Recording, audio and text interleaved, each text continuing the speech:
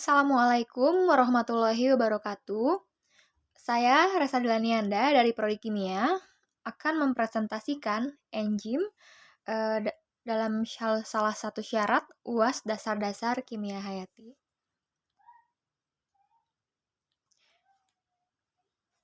Enzim adalah suatu biokatalisator, yaitu suatu bahan yang berfungsi mempercepat reaksi kimia dalam tubuh makhluk hidup, tetapi zat itu sendiri tidak ikut bereaksi karena pada akhir reaksi terbentuk kembali. Suatu reaksi kimia yang berlangsung dengan bantuan enzim memerlukan energi yang lebih rendah, jadi enzim juga berfungsi menurunkan energi aktivitas. Struktur enzim tersusun atas bagian protein dan bukan protein. Bagian protein disebut apoenzim, bagian non-protein disebut kofaktor.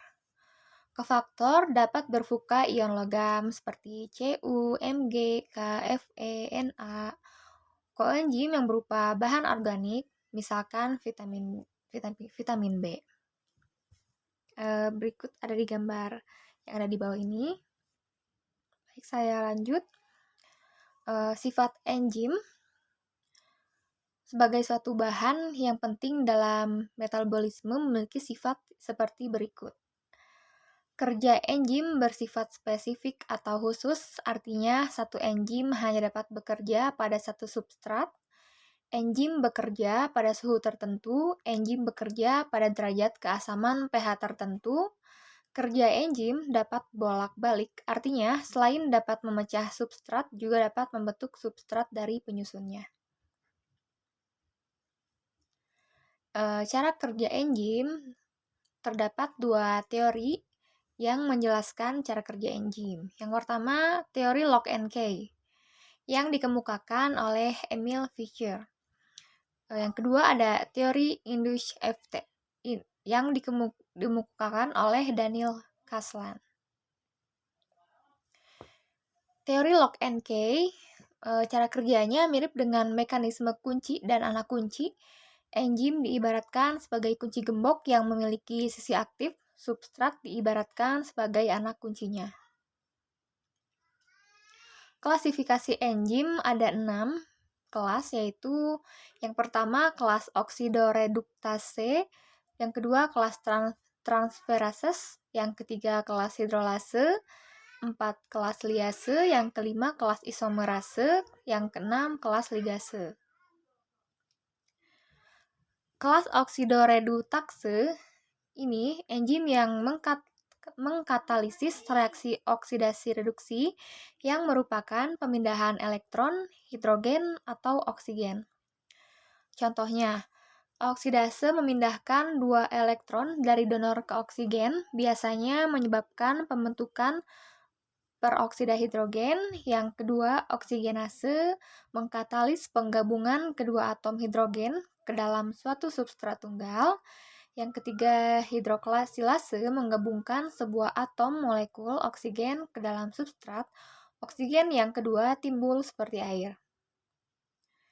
Yang keempat, peroksidase mempergunakan peroksida hidrogen selain dari oksigen sebagai oksidan. Peroksida NADH mengkatalisa reaksi. Katalase unik dalam peroksida hidrogen kerja baik sebagai donor, mampu untuk akseptor. Katalase berfungsi di dalam sel umum mendetoksifikasikan peroksida hidrogen. Pada kelas hidrolase, enzim yang mengkatalis reaksi-reaksi hidrolisis. Contohnya esterase, lipase, fosfatase, amilase, proteolitik atau protease, atau peptidase enzim. Pada kelas liase, yaitu enzim yang menambah atau menghilangkan unsur air, amonia, atau CO2. Seperti dekarboksilase, dehidratase, aldolase. Lalu ada kelas isomerase, mengkatalis berbagai reaksi isomerasisasi Antara lain isomerisasi L menjadi D, reaksi mutasi, perpindahan posisi suatu gugus, dan sebagainya. Lalu ada kelas ligase, yaitu mengkatalis reaksi di mana dua gugus kimia disatukan atau diikatkan dengan menggunakan energi yang berasal dari ATP. Faktor yang mempengaruhi kerja enzim yaitu ada suhu, derajat keasaman atau pH, hasil akhir produk, konsentrasi enzim dan substrat, dan juga zat penghambat.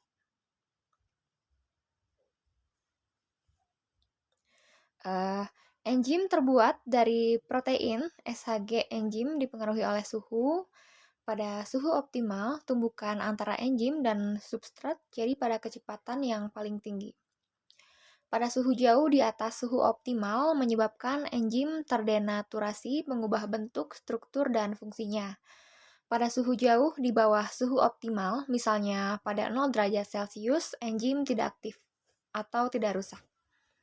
Enzim pada manusia bekerja optimal pada 35 sampai dengan 40 derajat Celcius. Sebagian besar enzim tidak aktif pada suhu pemanasan 60 derajat Celcius. Adapun bakteri yang hidup di air panas memiliki enzim yang bekerja optimal pada 70 derajat Celcius. Pada derajat keasamannya, seperti protein, enzim juga bekerja dipengaruhi oleh derajat keasaman lingkungan. Derajat keasaman optimal bagi kerja enzim umumnya mendekati pH netral sekitar 6 sampai dengan 8. Di luar rentang tersebut, kerja enzim dapat terganggu bahkan dapat terdenaturasi.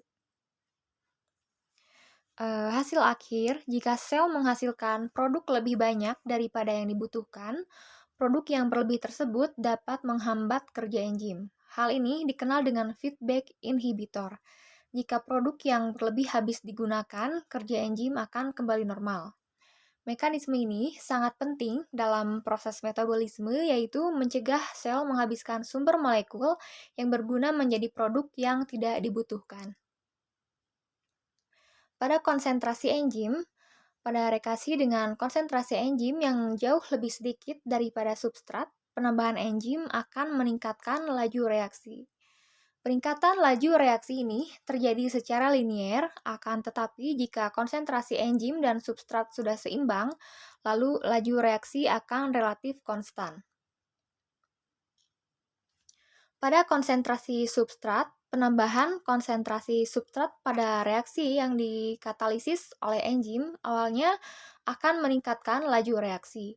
Akan tetapi, setelah konsentrasi substrat dinaikkan lebih lanjut, laju reaksi akan mencapai titik jenuh dan tidak bertambah lagi.